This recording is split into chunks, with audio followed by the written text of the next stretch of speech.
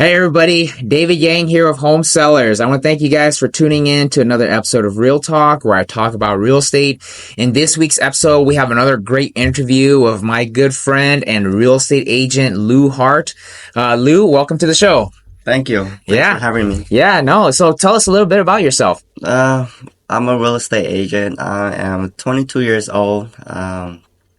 Beside real estate, I also do real estate investing on the side too. And other than that, just do a lot of marketing for fun on social media and whatnot. Okay. How did you get started in real estate, the agent side of it? How I got started with real estate, being a real estate agent is, I speak two languages, so beside English, and then I say, oh, I want to take advantage of that and help my community buy and sell houses. But to get my license, I have to take, I think, 90 hours of courses. Once I finish that, study a little bit and then pass my state and national exam. Then after that, came to a home seller and got licensed. Okay.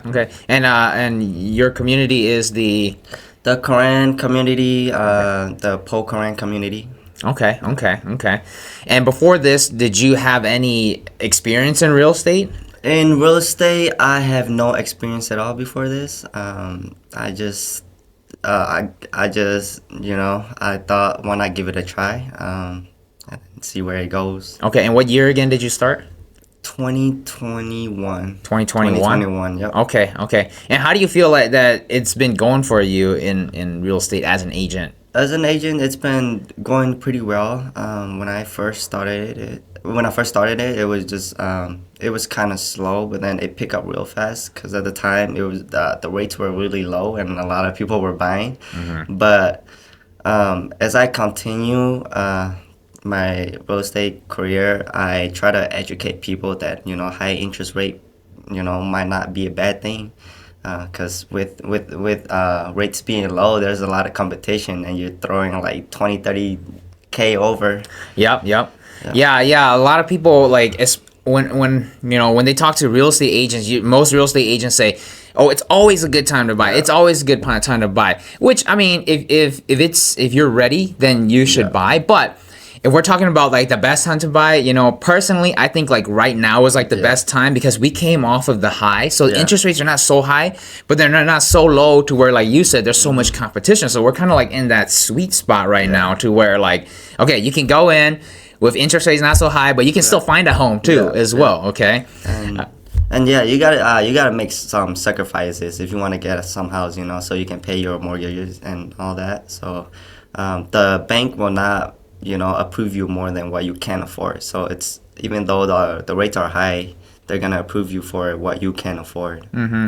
So let's specifically talk about a deal that I helped you do. Mm-hmm. And I know that deal is an out-of-state deal. Yeah. Can you tell us like where it was, what kind of a deal it was, and those information? It was in Iowa, Waterloo, Iowa. We did the Burr method. Okay, what type of a property was it? It was a single family? Yeah, single family. How many bedrooms and bathrooms? 3 bed, 2 bathroom, and then 1 car garage. Okay. Yeah. How did you guys find that deal? It was through a family that they're a motivated seller. They went through complications, and they want to sell it. So the house was pretty much a junk.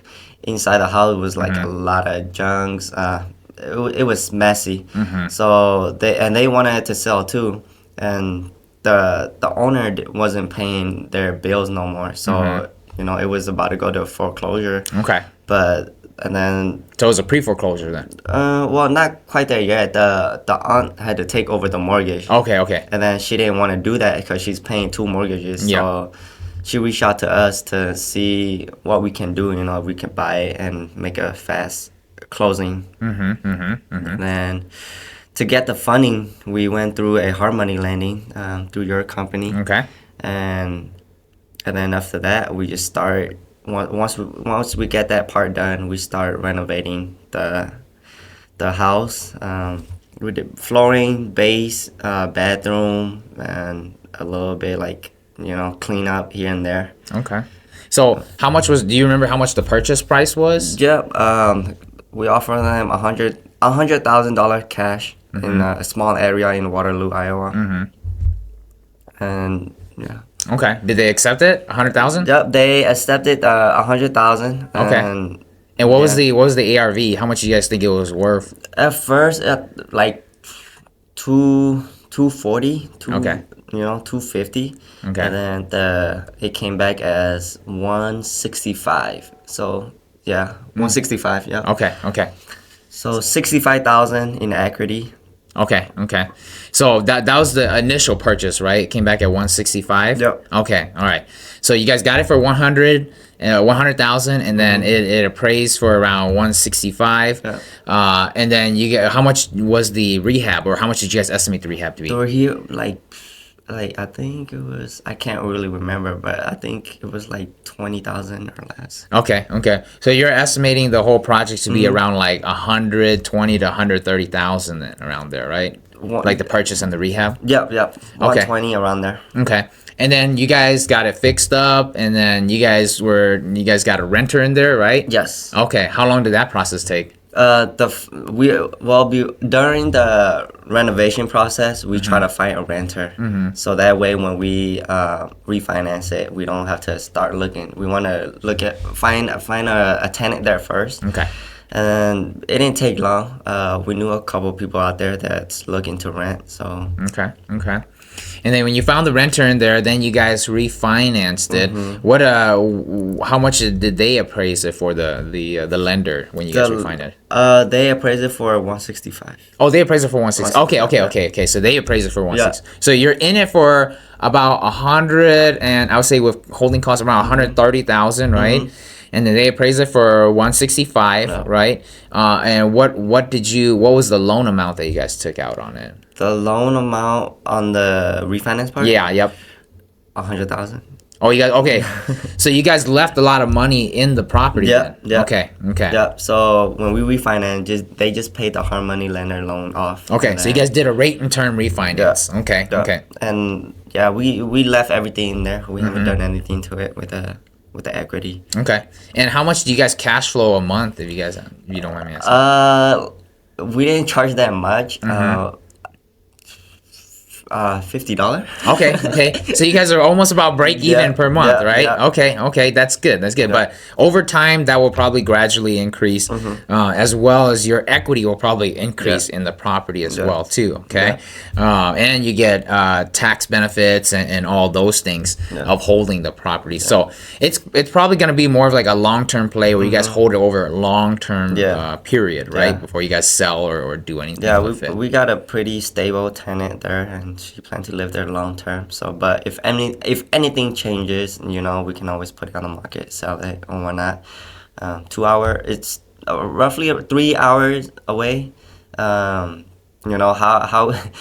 at first it was kind of hard to manage it, but luckily, not a lot of things has happened. It was pretty stable residential house, so we don't have to do a lot of things.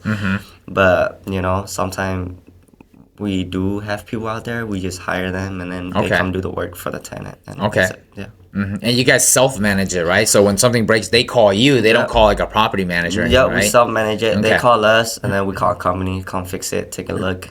Okay, so you guys had to figure out like, okay, if the tenant has a problem, they call us, then we have to figure out how to get it fixed from far away. Yeah. So that way we don't have to constantly go down there to fix it every single time, or try to find some way for us to get there. Yeah. Okay. So that's good.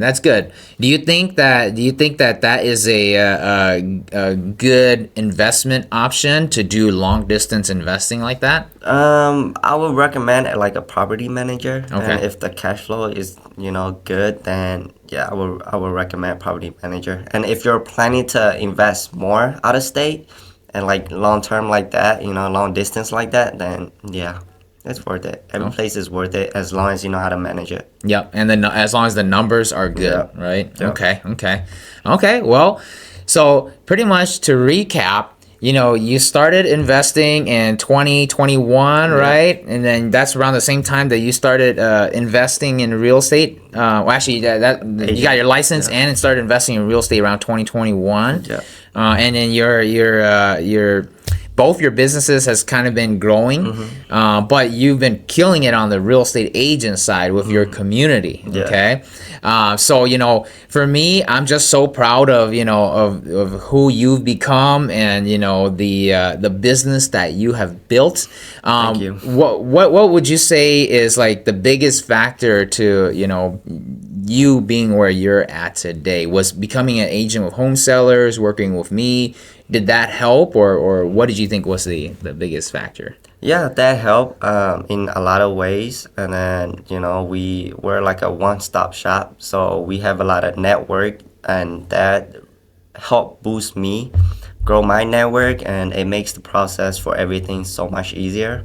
So if there's ever a problem, there's always somebody out there to solve the problem. So we just give them a call. Okay. So it's good that we're a one-stop shop, and we have all the network that we need. Okay, awesome, yeah. Cool. So if people want to get in contact with you, what's the best way to reach you? Well, they can find me on social media, Instagram, my phone number. Okay, what's your phone number? 651-200-0501. Okay, and what's the best social media for them to find you Facebook, LWE space HART. Okay, so we'll put the link to your Facebook in the video here as well too. But other than that, then hey, thank you for coming on and sharing your experiences with all the viewers here. If any of you guys have any questions about Lou or his services or about his investment, you can feel free to reach out to him as well. Other than that, thank you guys for watching, and we'll see you on the next episode.